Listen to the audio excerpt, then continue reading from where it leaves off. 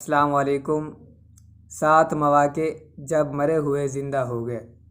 بنی اسرائیل کا ایک شخص قتل ہوا تو سیدنا موسیٰ علیہ السلام نے اسے زندہ کرنے کی دعا کی تو اللہ تعالیٰ نے اس مقتول کو خاص قسم کی گائے کا ٹکڑا لگانے کا حکم دیا۔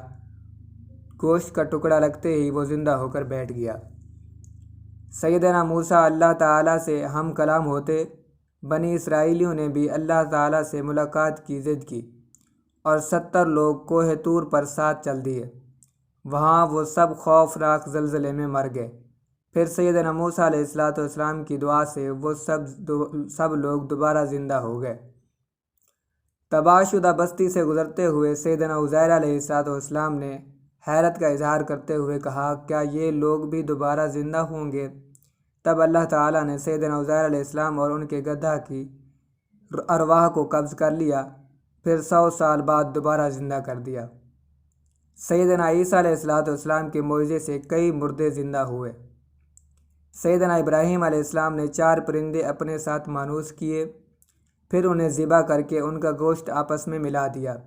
اس گوشت کو 4 حصوں میں تقسیم کر کے 4 مختلف پہاڑوں پر رکھ دیا۔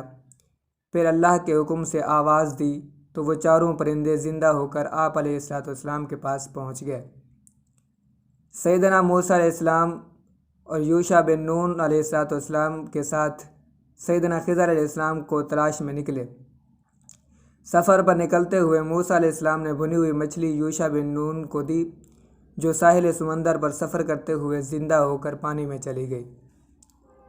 ایک امت کے ہزاروں لوگوں نے اللہ کی نافرمانی کی اور وہ لوگ وبا دشمن کے خوف سے گھروں سے بھاگ نکلے۔ راستے میں اللہ تعالیٰ نے ان سب کو ہلاک کر دیا، پھر اپنی رحمت سے انہیں دوبارہ زندہ بھی کر دیا۔